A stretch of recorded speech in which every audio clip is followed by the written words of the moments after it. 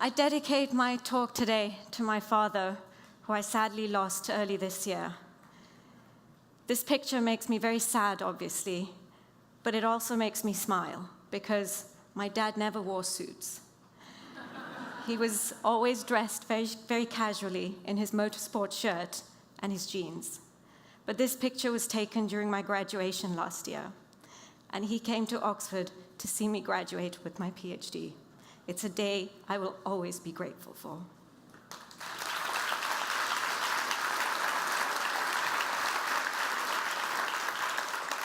Together with my team, I run a lion conservation project called Ewaso Lions.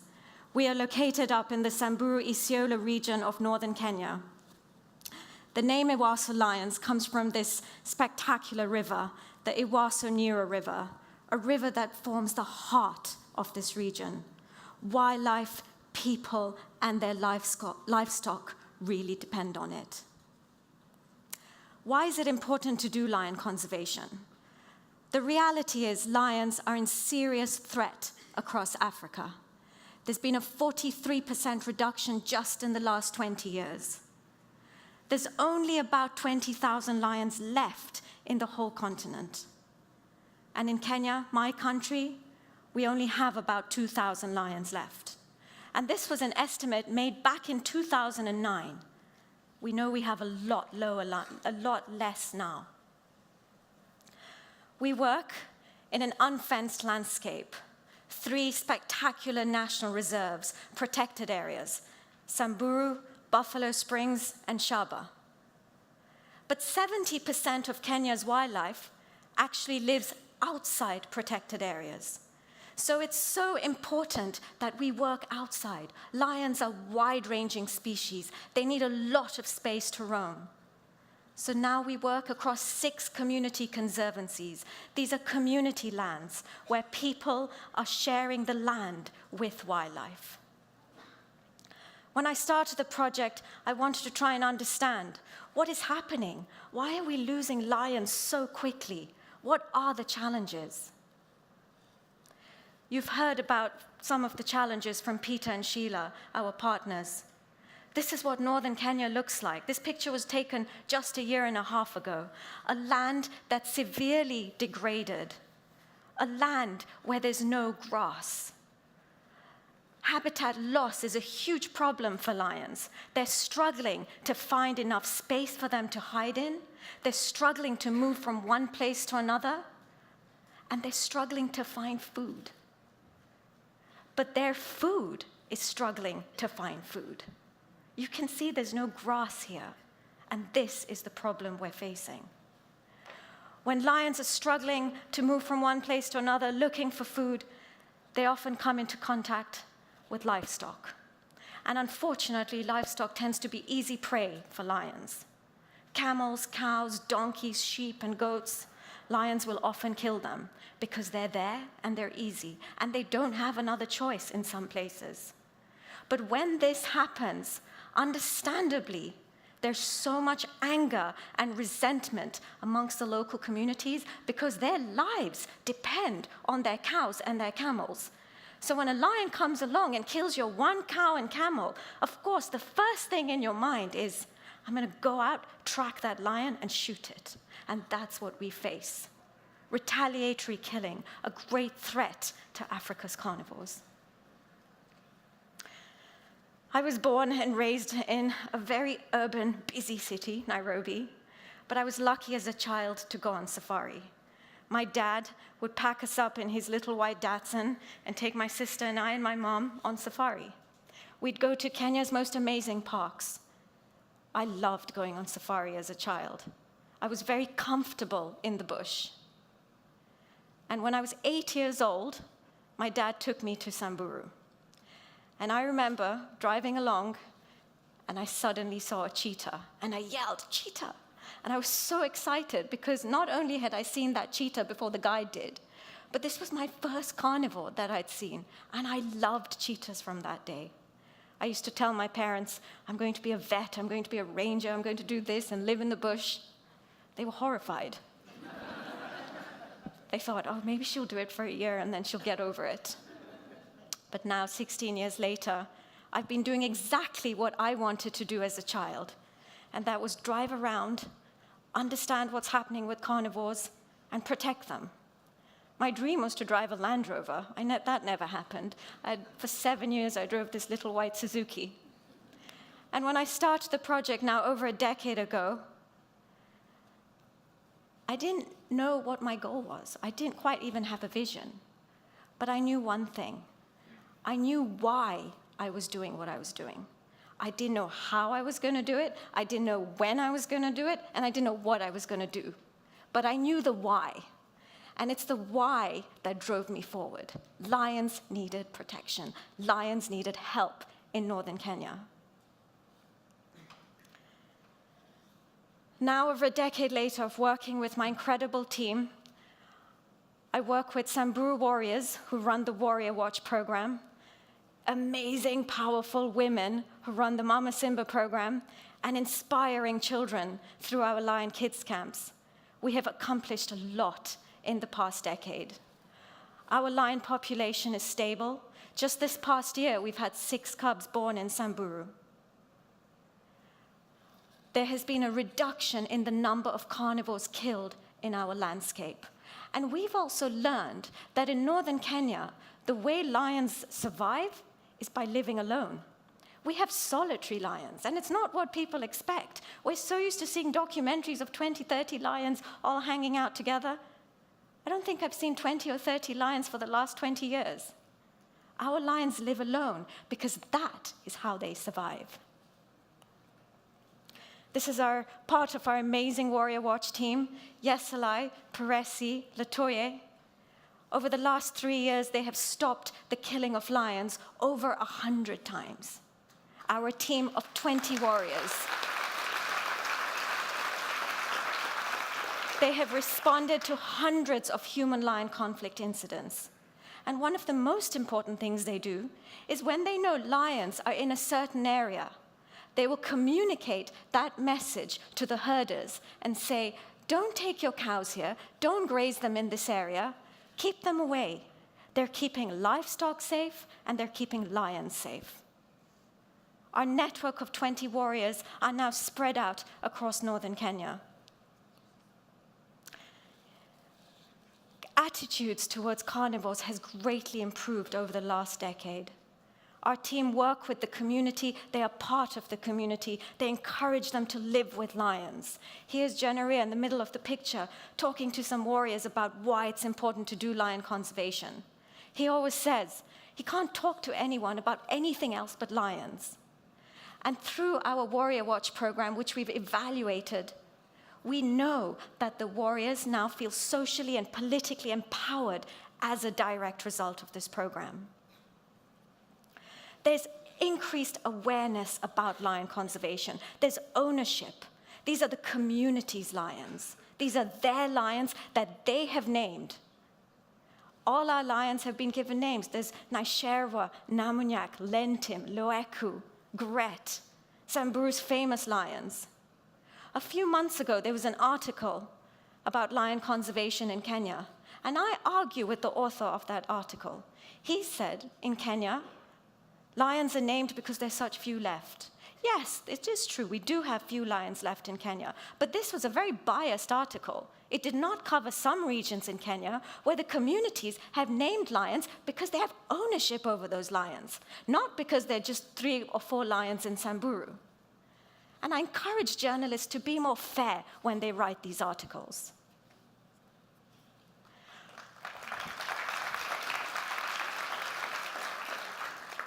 We work in about the size of Rhode Island, 6 community conservancies. We've been able to identify suitable habitat for lions in the form of conservation areas, safe habitat, key corridors.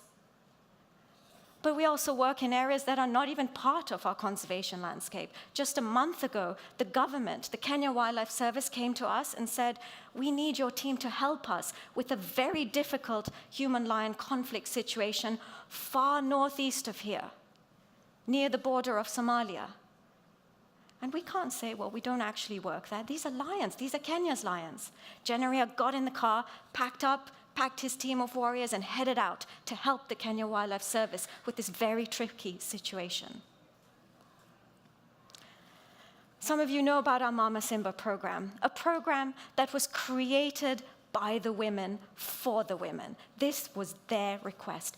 They wanted to be involved in conservation because they had seen how much the warriors had done. And they said, we can do a better job than the warriors. So let us start conservation. A year and a half ago, our fearless leader, Minteli, she started driving.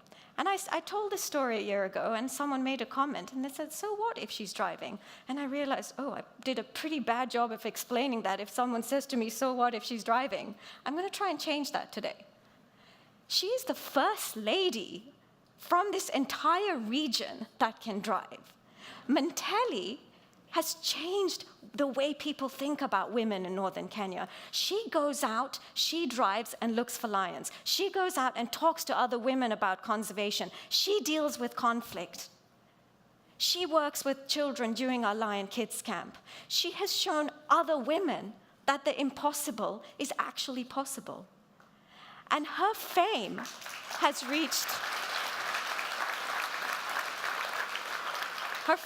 reached mythical levels. About a month or 2 months ago, we have a little rock in our camp where everyone hangs out to get telephone network. We have no cell phone coverage in camp. And so she was on the rock checking her messages and her phone rang. And it was 2 ladies from a town called Wamba, which is about 50 kilometers away from our camp. And she didn't know who they were. And they said, are you Minteli? We heard about you, but we don't really believe you exist. So we're going to rent a car, and we're going to come 50 kilometers to see you. It's amazing how she has inspired so many other women in northern Kenya. Our other incredible leader of the Mama Simba program, Parasoroi. Parasoroi is an incredible spokesperson. Normally in Samburu meetings, you'll have the men sitting on one side, the women on another, and the warriors on one side, and women were never really given a chance to speak. But Parasoroi doesn't really listen to that. She stands up and she talks, and people now listen. She's always had a voice, but now she's empowered to use it. And this photo was taken at our celebration a month ago. We came together. We brought together 400 people to our camp. That's a story for another day, how we managed that. And we celebrated the work of the past decade. And Parasoroi stood up there in front of those 400 people and told them what she thought about conservation. She said, wildlife were taken away from the women, but wildlife belongs to the women. And now, through the Mama Simba program, through our amazing group of 19 women, wildlife have come back to them.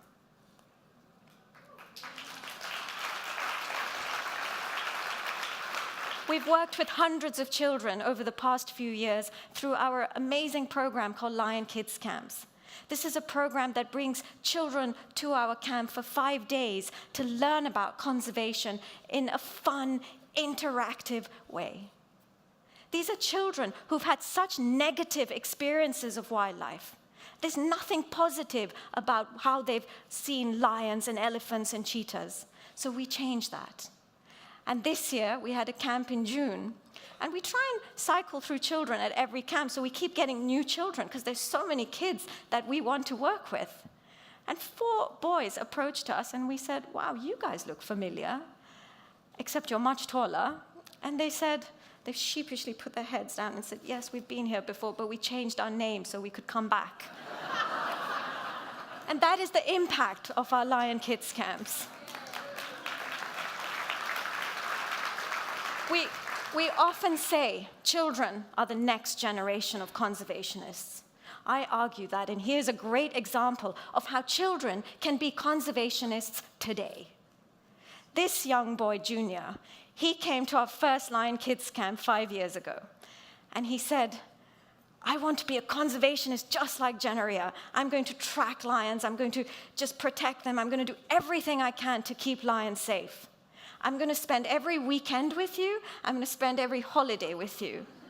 And we didn't believe him, but we should have, because for the last 5 years, Junior has spent every holiday and every weekend with us. We've stopped calling him Junior, we call him Senior now, because he's far taller than Janaria.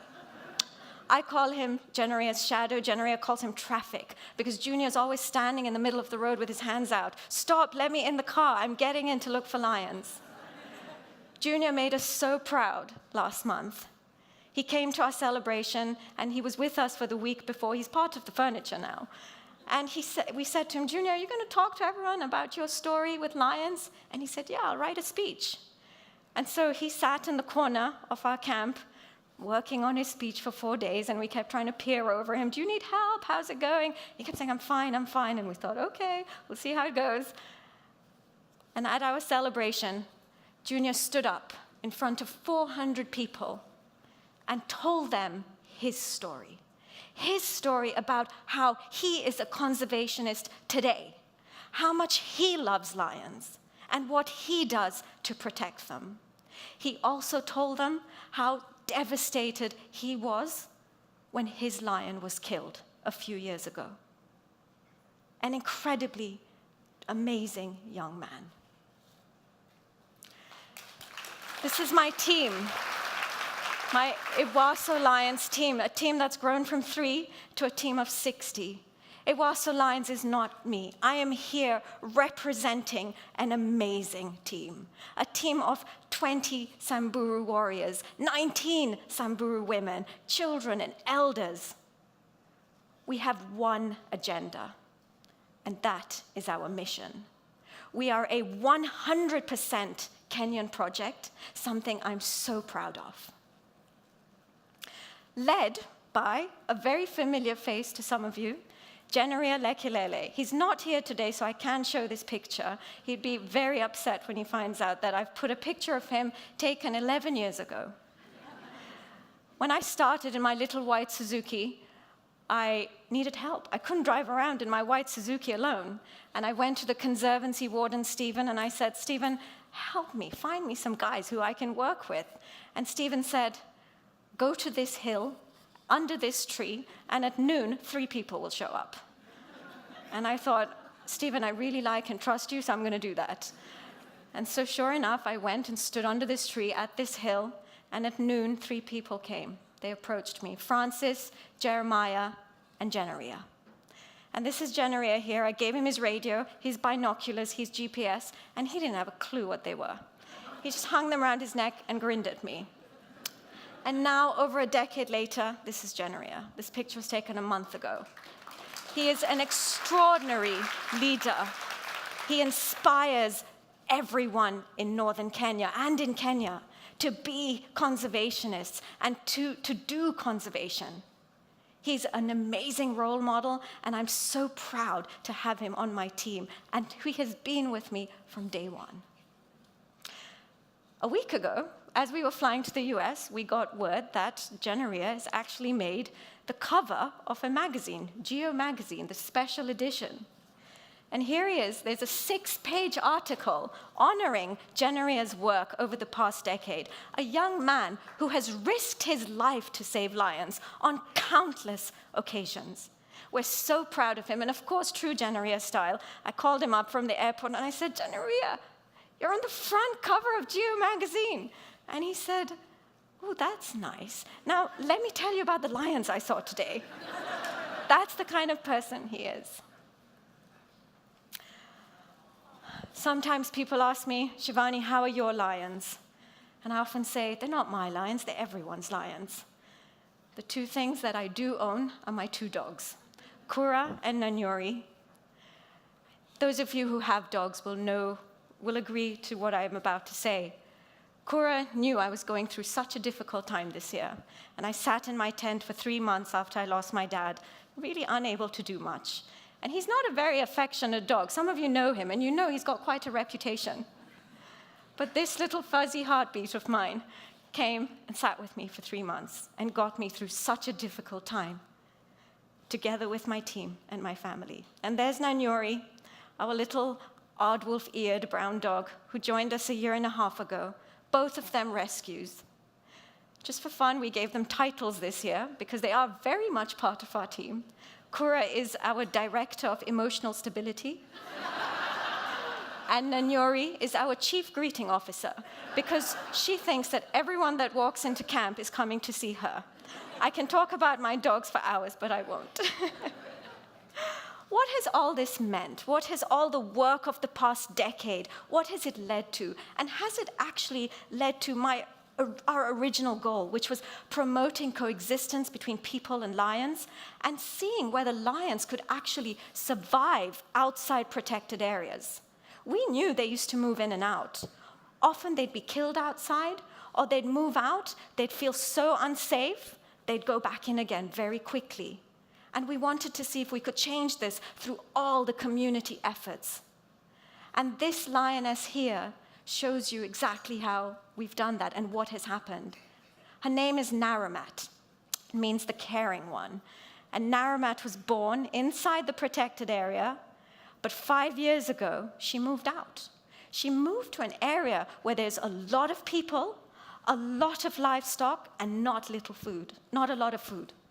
And I wondered, how is this lioness going to survive in such a challenging landscape? But she has shown us that it's possible. And not just that, she's shown us it's possible to breed and raise cubs successfully outside protected areas. She has given birth 3 times in the last 5 years and raised her cubs successfully. And what this shows is if the communities are engaged in conservation, if they are part of the conservation process, we often look at them as the problem, but in fact, they're the solution. If they can take ownership over the lions and the landscape, lions know it. They feel safe when the communities have accepted them. And for the last couple of years, we hear lions at night. When I first moved outside the park over 10 years ago, I never heard lions at night. And now, pretty much monthly, we hear Naramat, we hear Gret, we hear Loeku, and we all wake up in our tents at night because we all just realize it's working. The efforts are paying off, and lions are feeling safe once again, and they have come back to areas where they never used to be or where they had been killed.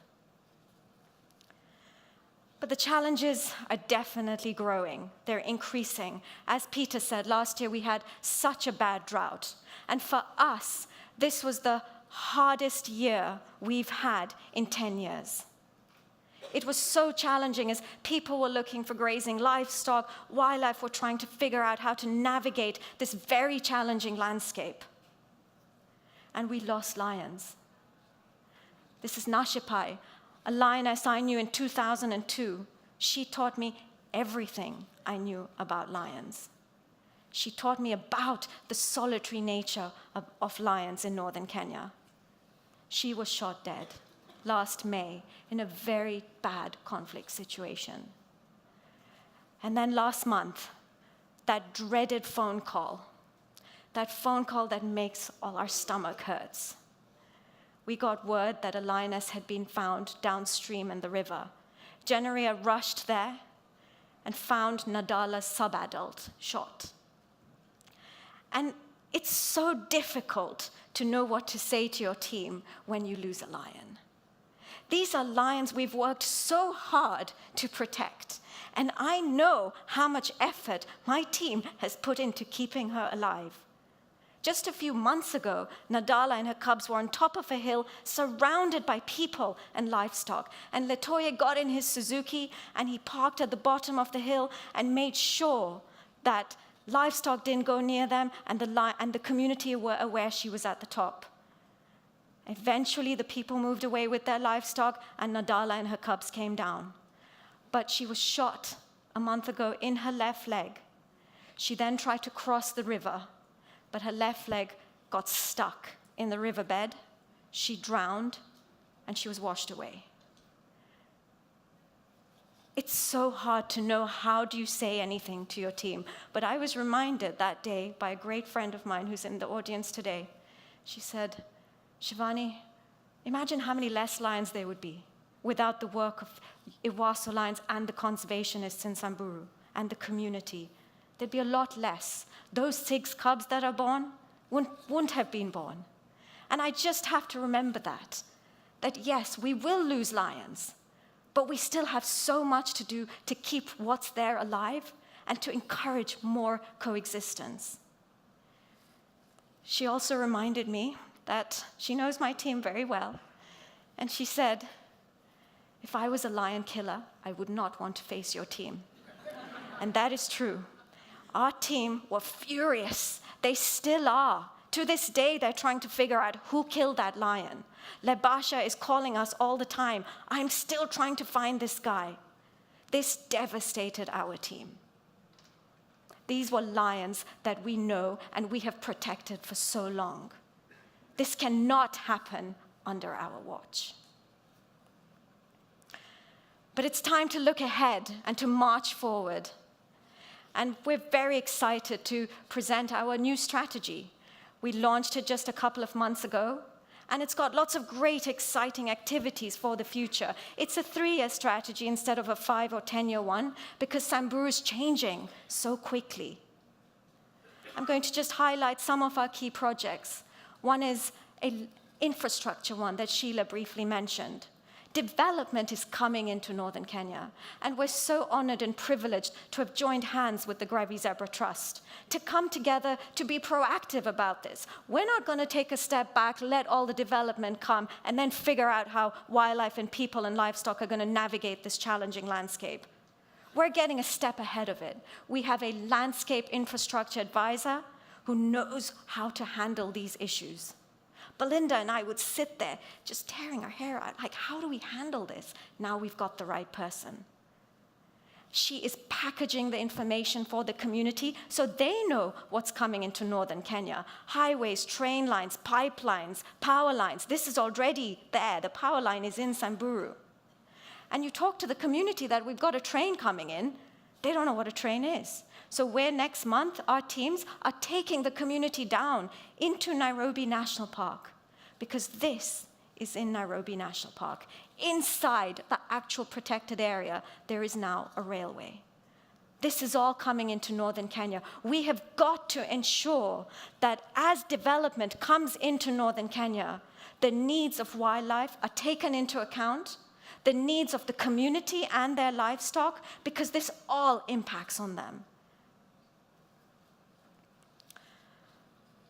I'm very excited that also another big project of ours is we're setting up now a permanent Lion Kids camp, an eco-base that we're about to secure the land for. This will be in memory of my father. He is the one who took me on safari. And it's because of those safaris I am a conservationist today. And we want all Kenyan children to get excited about conservation. And this Kids Camp Eco-Base will bring children from all across Kenya to come and spend 5 days with us and learn and get excited about conservation. We're also hoping next year to do a huge Kenya-wide lion awareness campaign. Lions are a symbol of Kenya. Lions are on our coat of arms. It is our duty as Kenyan citizens to protect our environment and its wildlife. And now, together with our partners, we're going to step up our awareness campaign in Nairobi, in Kenya, and get all Kenyans excited about lions.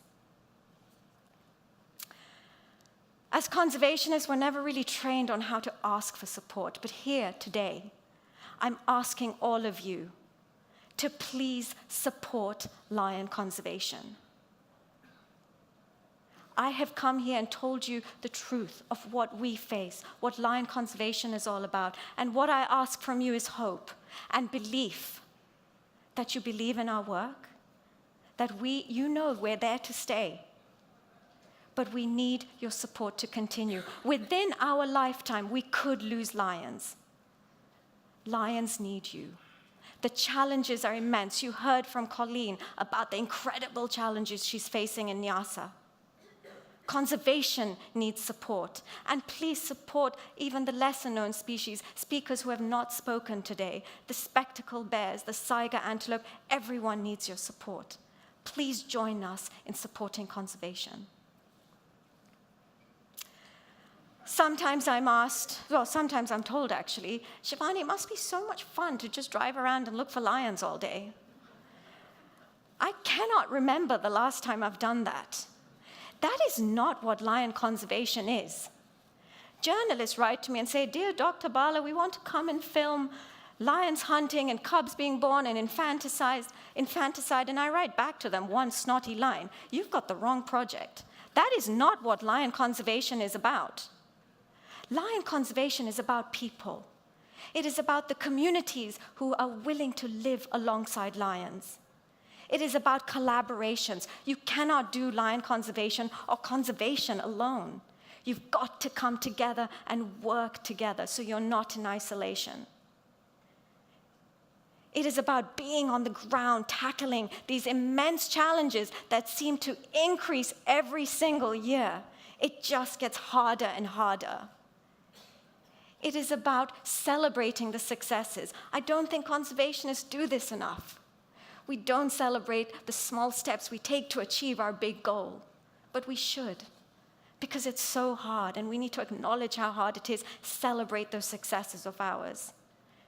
It's about accepting the losses. It's about deciding and figuring out how do you wake up the next day and keep marching forward. And for me personally, lion conservation is about my team. As a leader, I would have failed if I did not bring up my team to carry this forward.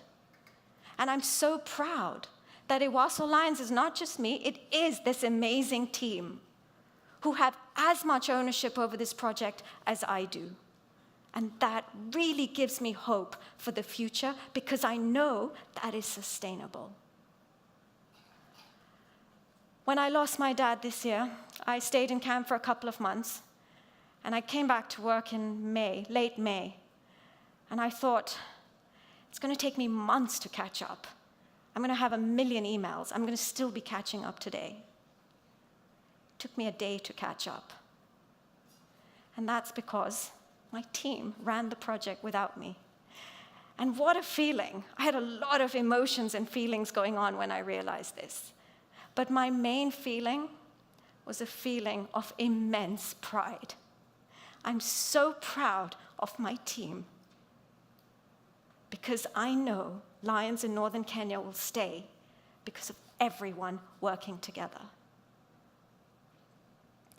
It now gives me great pleasure to introduce to you a very special person who joined our team the day after my dad passed away.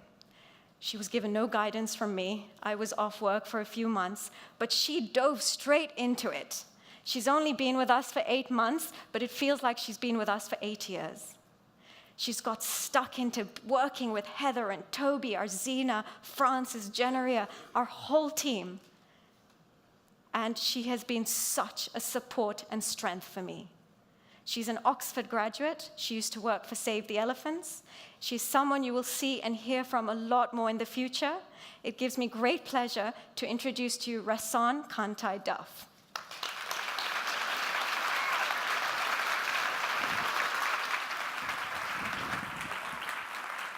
Thank you, everyone. My heart, just like yours, beats for community conservation. It beats to see people who have the power to take control over their land and their lives and their livestock and their wildlife. I have the greatest highlight from this year, where I feel like I've been with the Owosso Lions forever and ever. But this year, just 1 month ago, I took the Mama Simba ladies to the Masai Mara to see the great wildebeest migration. These women, most of them have only been about 20 miles away from their home, and they traveled 300 miles south to see the migration and to see all this wildlife that they've never seen before.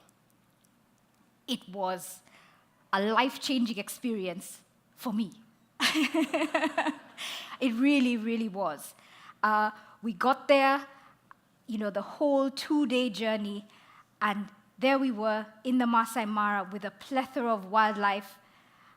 And Munteli jumping into the car and, of course, driving around the tour van that is not hers, that she took around the next corner, and we see a couple of lions, and we go round the corner, and there are 22 lions. These women have never seen a pride of lions. And everything stopped. The air was basically taken out of the room. And the women reached out and they blessed these lions. And they really just spent time with them and realized what they had in Samburu. Because for us, we don't have prides. We have solitary lions. And they look at this and they're like, wow, this is beyond incredible. And the next day was the day when Nadala's subadult was killed. And I tried to keep it from them because, they've just had this great high, and now this awful thing has happened. But eventually I just said, you know what? I have to tell them. So I tell them, and they were devastated. And then they were furious. And these women who 5 years before had sat in a corner and never said anything to anyone and just listening to what goes on in meetings, these women start making phone calls. And they're like calling conservancy managers. And they're like, we're giving you an earful because we need to know why this lion died. And as soon as we come back from the Masai Mara, we are having a meeting and we're going to lead the meeting. And these are the things that we're going to do. And they had a meeting in Masai Mara. They chased me away, and they're like, this is our thing now. And they organized. This is conservation. This is community conservation, where people, women, can be that powerful, and they are a powerful force for the lions of Samburu. And if that doesn't give people hope, I don't know what does.